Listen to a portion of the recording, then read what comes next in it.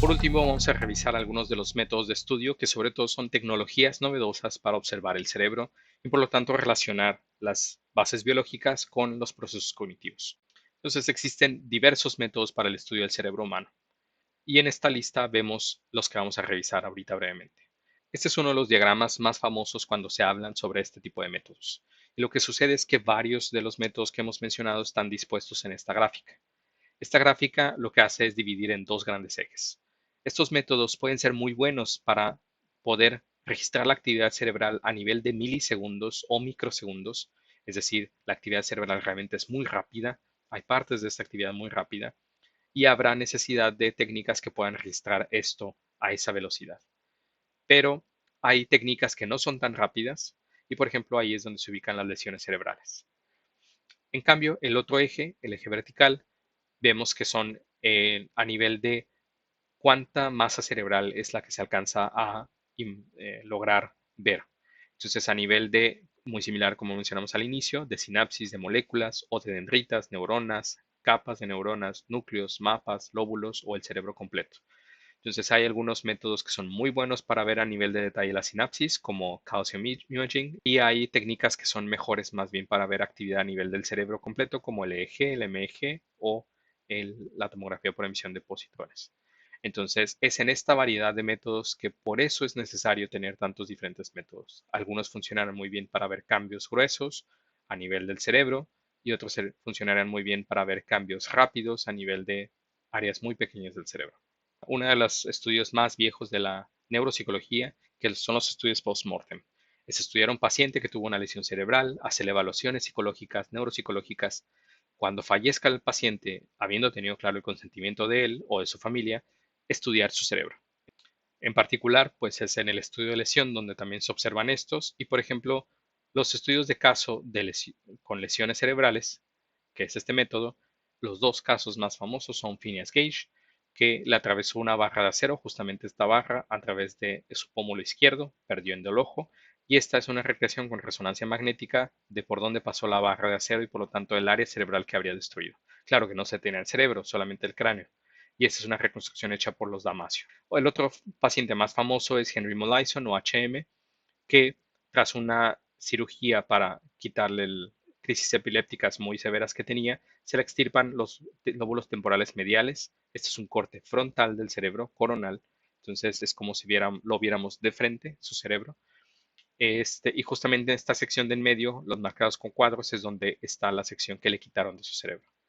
El electroencefalograma permite estudiar la actividad cerebral eléctrica y entonces al poner muchos electrodos a lo largo del cráneo, en lugares que estarían recibiendo información de las neuronas que justamente quedan por debajo de ahí y de neuronas de diferentes regiones, podemos ver la actividad cerebral. Cada una de estas líneas horizontales que se va moviendo es uno de los electrodos que recibe más o menos actividad eléctrica. Ahora, los electrodos se han vuelto con tecnologías bastante sofisticadas y, por ejemplo, hay electrodos secos porque no se necesitan poner estos líquidos de conducción y la persona podría traerlos puestos en el día a día. Hay estudios que han hecho esto, que llevan el electro en el día. Por ejemplo, esta persona que va manejando, al final se puede ver entonces el registro de su actividad cerebral en actividades mucho más ecológicas. Son los llamados potenciales relacionados a eventos o en inglés Event Related Potentials, ERPs. Lo que hacemos es tomar un registro de una persona que medimos exactamente el momento en el que pasó algo, por ejemplo, en el que haya aprendido un foco o haya visto una imagen en particular, y usar uno tras otro más ensayos en donde hayamos registrado su misma actividad cerebral ante ese estímulo y promediamos esa actividad cerebral. Vemos que es muy ruidoso esto, pero si se promedian estas actividades cerebrales, se puede disminuir el ruido que está incorporado en esta medición y lograr potenciales relacionados a eventos. Después comentábamos que si utilizamos rayos X y luego tomamos rayos X desde diferentes direcciones a la persona, tenemos una tomografía axial computarizada, porque a partir de hacer un análisis computarizado de esas imágenes se puede recrear en 3D el cerebro. Es muy usada sobre todo para detectar grandes lesiones en los cerebros de las personas, como en el caso de un tumor o un accidente cerebrovascular, y si se inyecta un agente de contraste en las arterias, lo que puede verse es el camino de las arterias. Después, el ganador de las neuroimágenes es la imagen por resonancia magnética nuclear, que ahora simplemente se conoce como MRI, o resonancia magnética Y lo que hace esta resonancia magnética es lograr crear imágenes del cerebro o de cualquier parte del cuerpo a partir de un proceso físico muy complejo que utiliza el magnetismo de ciertas moléculas del cuerpo y que a su vez utiliza una serie de pulsos para generar estos contrastes que después logra recrear. Por eso es que en esta complejidad se pueden tener muchos tipos de contrastes o imágenes obtenidas que dan lugar, uno, a las imágenes estructurales, como esta, en donde podemos ver las estructuras del cerebro, los giros y surcos y las secciones que hemos mencionado, como el cerebelo, la protuberancia, el mesencéfalo de una persona sin necesidad de abrir el cráneo y sin necesidad de esperar a que muera para poder ver las zonas. Mencionábamos que hay varias maneras de obtener las imágenes por resonancia magnética y la otra es resonancia magnética funcional. Utilizando un tipo de contraste que lo que logra crear la imagen es de la sangre oxigenada y sangre desoxigenada, podemos ver qué secciones del cerebro han consumido más oxígeno o han requerido más oxígeno.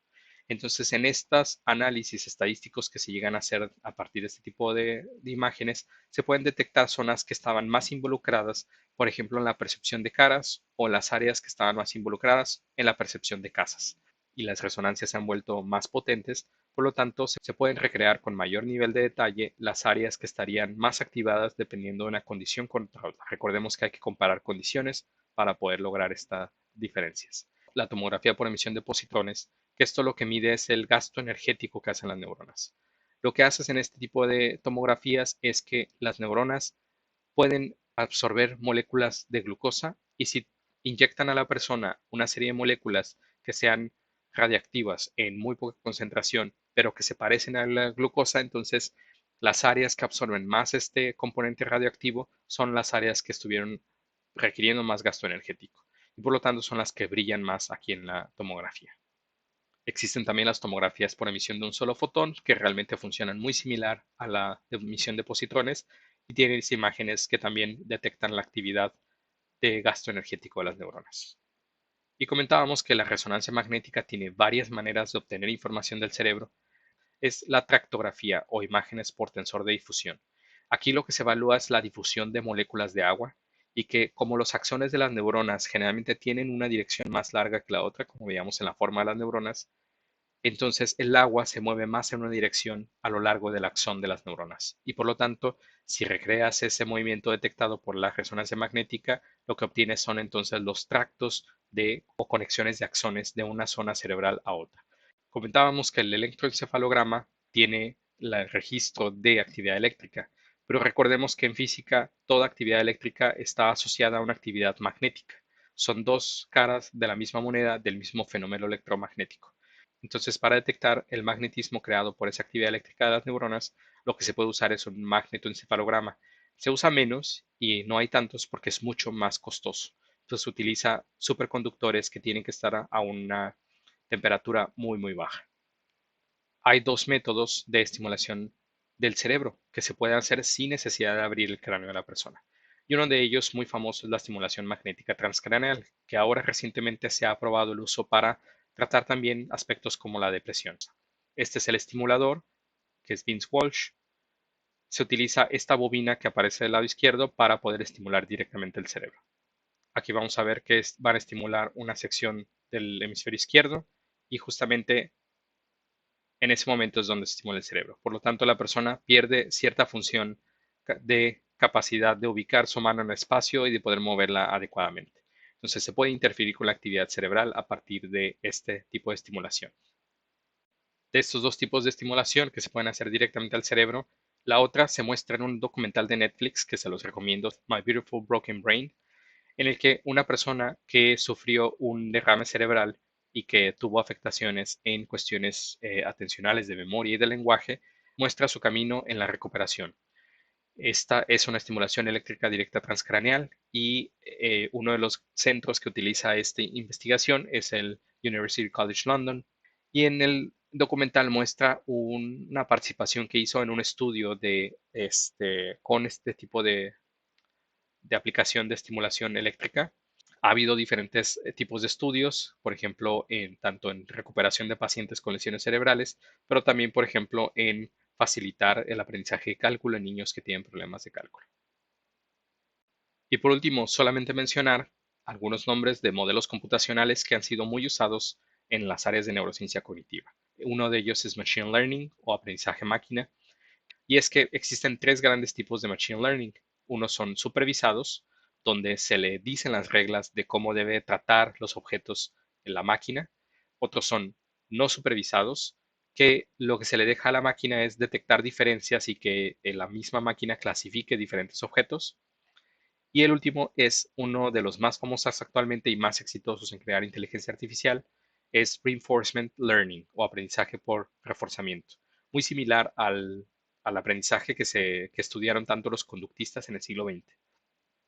Lo que haces es que permites a la máquina interactuar con el ambiente y ver los resultados de esa interacción, si obtiene un reforzamiento o un castigo, y adecuar su comportamiento a ello.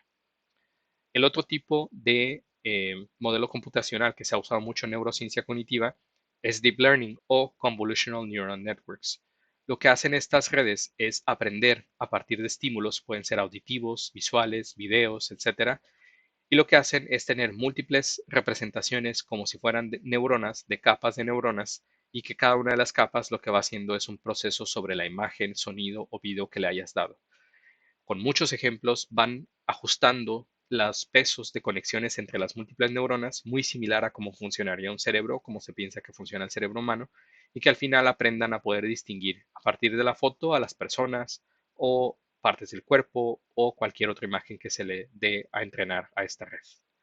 Y lo que se ha descubierto es que puede haber muchas similitudes en cómo estas redes neurales trabajan con cómo nuestro cerebro trabaja para hacer el mismo tipo de actividades.